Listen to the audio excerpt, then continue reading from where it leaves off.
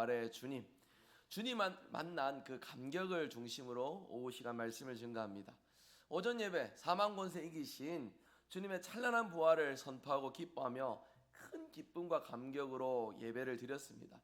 여러분, 우리 주일학교 아이들 예배 드릴 때 모습 보시면 어때요? 아이들이 그래도 예배 잘 드리는 것 같지 않습니까? 다른 교회에서 온 가족 예배를 하면은 난립니다. 여기서부터 저기까지 뛰어가는 애도 있고, 이제 어른들이 어쨌든 예배 드릴 때 은혜를 받아야 되는데 막 시끌벅적하면 집중하지 못하는 부분들도 있어요. 그런데 우리 아이들 반복되는 경험에서 어른들이 예배 드리는 모습을 보고 같이 예배를 드리니까 너무 예배 잘 드리잖아요. 보면 많이 칭찬해 주십시오. 제가 이 부분에서 좀 더 부각하고 싶은 거는, 오늘 주일학교 새 친구 아이들이 한 3명 정도 와서 같이 예배를 드렸어요. 얘네들은 예배 처음 드리는 애들입니다. 근데 옆에서 친구들이 예배 드리는 모습 보고 어른들이 예배를 드리는 거 보니까 아이들이 거기에 압도돼가지고 뭣도 모르고 물론 손 들고 찬양하니까 막 들고 있고, 옆에 부활의 주님 살아나셨습니다 하니까 외치라 하니까 막 소리 지르면서 미소 지으고 외치고 있고, 저는 그렇게 생각을 해요. 우리가 은혜 받는 그 자리에서 이 아이들도 같이 은혜 받았다고. 그래서 부활의 주님을 오늘 이 아이들도 만난 줄 믿습니다.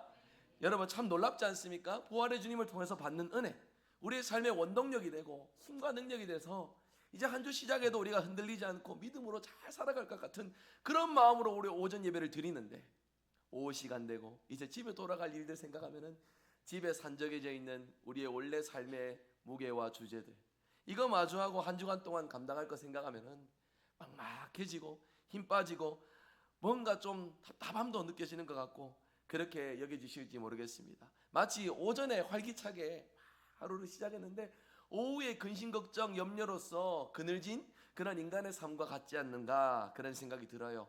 오늘 누가복음 24장에 바로 인생의 그 오후 시간과 같은 절망과 좌절의 때에 예수님께서 그들을 어떻게 하셨는지가 잘 드러나는 말씀입니다.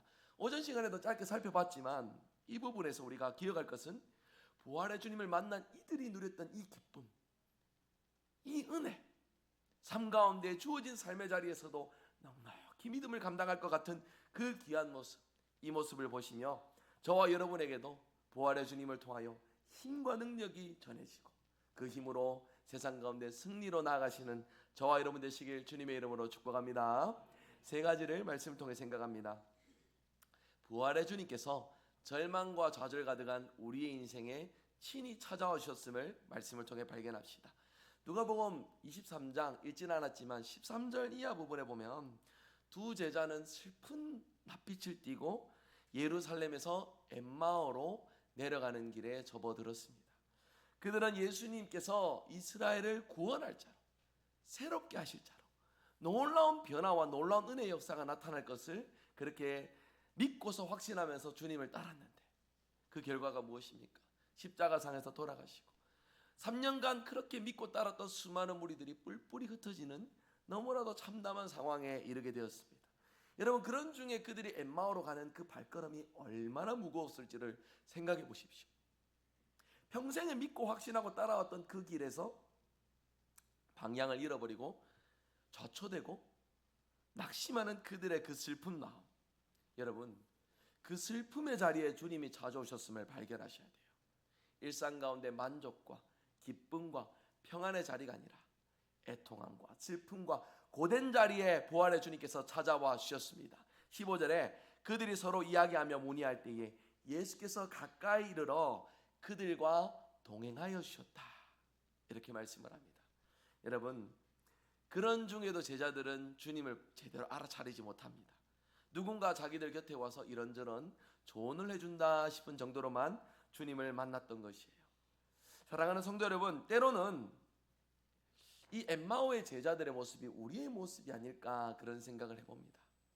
주님을 따랐던 수많은 경험, 수많은 신앙의 지식과 수많은 신앙의 어떤 놀랍고 은혜로운 체험, 그 많은 것들 속에서도 인생의 시련과 좌절과 역경 앞에 우리는 좌절하고 탄식할 수밖에 없습니다. 스스로 이런 자조적인 질문을 할 수밖에 없죠. 하나님, 과연 나를 사랑하시는가? 왜 내가 이렇게 기도하고 간절히 원하는 거에는 도무지 응답하지 않으시는가? 탄식하면서 점점 주님과 멀어져가는 그 길을 접어드는 우리의 모습들이 있을 것입니다. 여러분, 그러나 오늘 말씀 속에서 한 번 더 우리가 기억하면 좋겠습니다. 우리가 슬퍼하고 고개를 떨구고 있는 그 시간에도 부활의 주님은 계속해서 우리에게 다가와 주심을 믿으시길 바랍니다. 여러분의 자리로 찾아가십니다.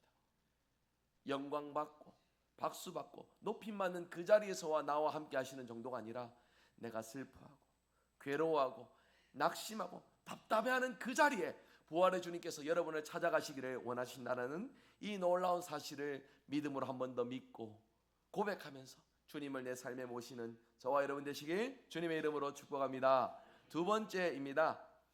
부활의 주님을 만날 때에 식었던 우리의 마음이 다시금 뜨거워진다라는 이 사실을 다시 한 번 더 명확하게 기억할 수 있기 바랍니다. 주님은 절망에 빠진 제자들에게 무엇을 하셨느냐? 말씀해 보니까 성경을 풀어서 그들에게 가르쳐 주셨습니다. 하나님의 말씀을 일러 주셨습니다. 모세와 모든 선지자들의 글로 시작하여 성경에 쓴 바 예수님에 닿아서 드러내는 모든 부분들을 예수님께서 명확하게 말씀해 주셨음을 우리가 말씀을 통해 확인할 수 있습니다. 말씀을 풀어 일러 주셨던 그 순간 더해지고 더해지는 그 말씀의 의미가 이제는 날이 저물어 함께 식사하시는 그 자리에서 마침내 그들의 영안이 열리시게 되는 은혜의 역사가 펼쳐집니다. 말씀을 일러주시고 떡을 떼어서 나눠주신 그분이 우리가 그토록 보고 싶고 했고 그리워했고 그분을 잃어버려서 슬퍼했던 바로 부활의 주님이구나 하는 그 사실을 발견했을 때 그들이 얼마나 크게 기뻐하고 즐거워했을지를 떠올려 보십시오.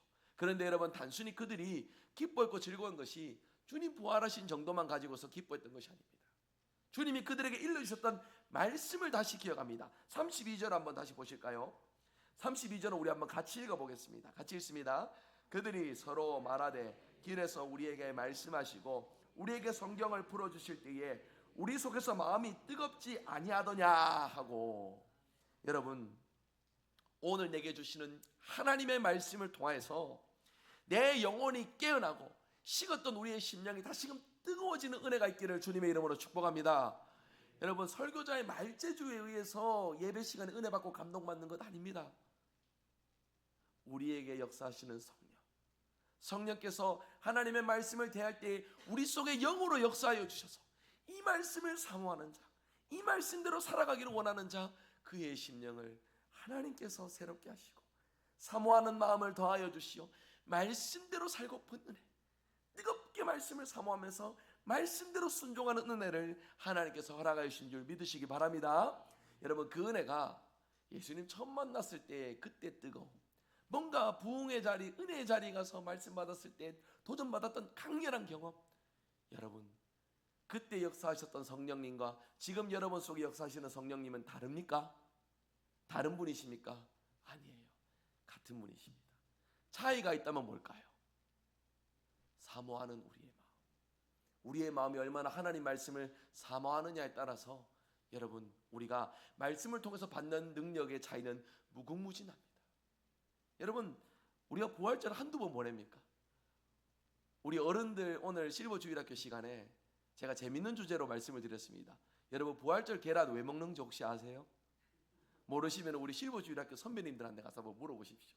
잘 말씀드렸는데 오늘 제가, 여러분, 계란에 집중해서요 짧게 한번 나눠보면, 제가 부교육자 생활할 때 이런 적도 있었습니다.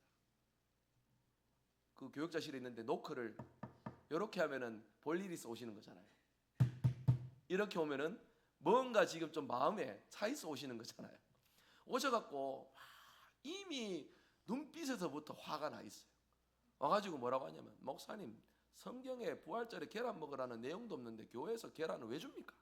막 하면서 이건 뭐 성경에도 없는, 율법에도 없는 내용이라고 하면서 막 얘기하시는데, 고린도전서 10장 31절, 먹든지 마시든지 뭘 하든지 다 누구의 영광을 위하여 하라?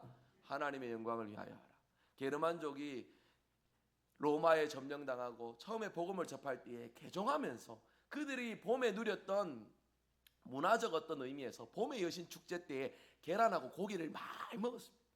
그게 기쁨을 나누는 의미에서 부활절과 연결해서 주님의 부활을 기뻐하는 것으로 이웃을 사랑하고 함께 기쁨을 나누자는 것에서 오스트라라는 여신의 봄축제가 오스트라, 이스터, 영어로 부활절이 이스터입니다. 그렇게 오늘 우리에게 전해진 거예요.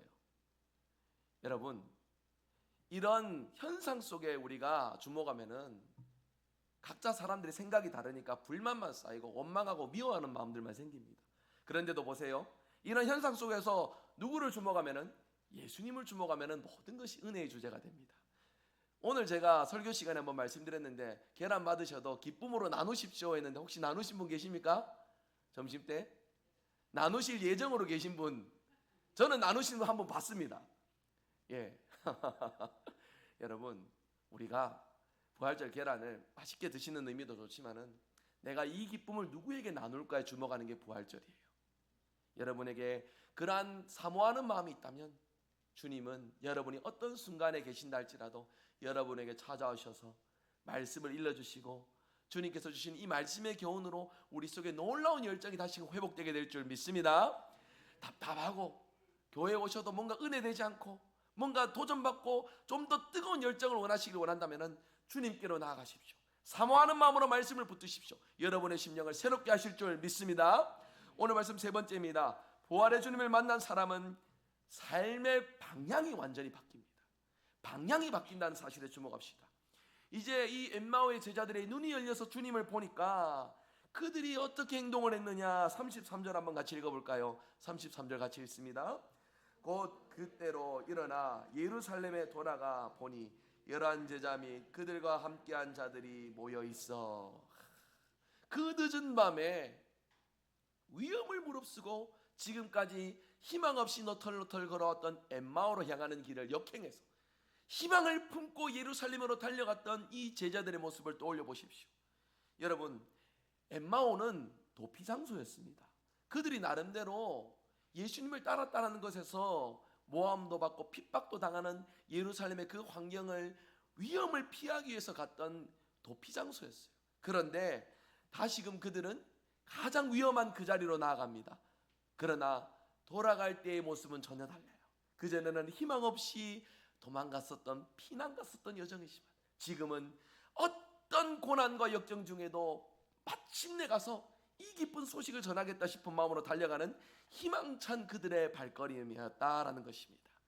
여러분, 이게 참된 부활의 능력 아닙니까?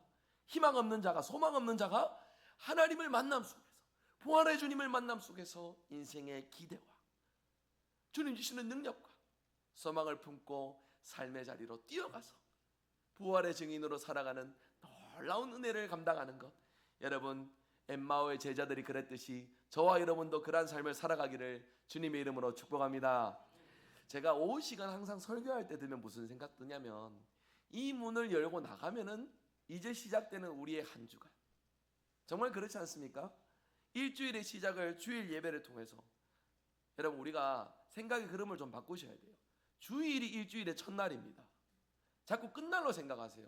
달력 보시면 여러분 주일 월화수목금토잖아요. 이게 우리의 신앙인의 삶의 기준이어야 돼요.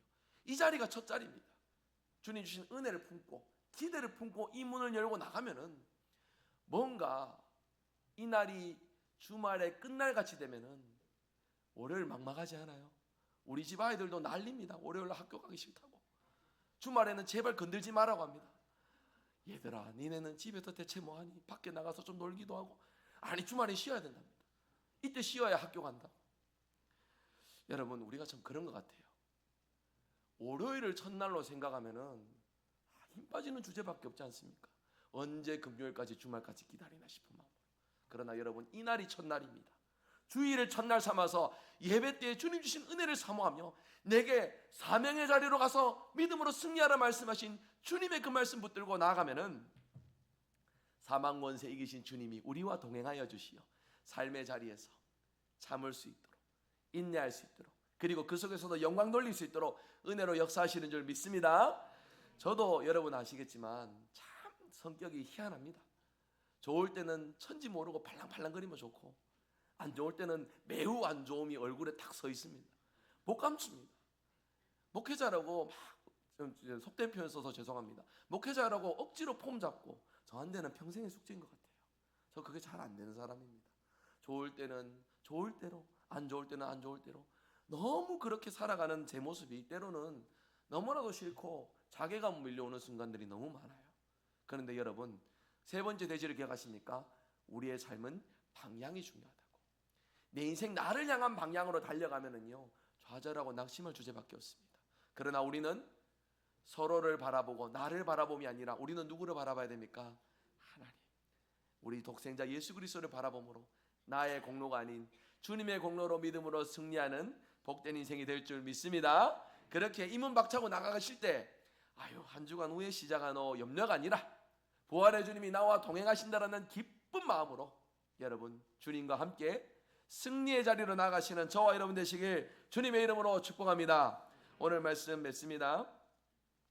여러분 부활절 오후 예배를 드리는 이 시간에 우리는 각자 엠마오로 향하는 인생이었음을 다시금 떠올려 봅시다. 참으로 우린 그렇습니다. 도망가고 싶고 낙심해서 그늘진 자리 쉬고 싶고 내려놓고 싶고 그렇게 다 회피하고 싶어 그렇게 우리 스스로가 그늘진 자리로 찾아가는 것 같은 힘없고 연약한 인생. 그러나 우리 부활의 주님은 상한 우리를 위로하여 주시기를 원하고 말씀으로 우리를 일깨우시기를 원하고 그래서 다시 일어설 힘을 주시기를 원하시는 줄 믿으시기 바랍니다. 그 주님을 통하여 이번 한 주간도 밀려오는 수만 가지 근심과 걱정과 염려 속에서도 낙심치 않고 담대하게 주님과 함께 부활의 주님과 손잡고 부활 승리 영광을 맛보며 우리의 주어진 삶을 감당하며 살아가시는 우리 모든 성도들 되시기를 주님의 이름으로 축복합니다. 우리 같이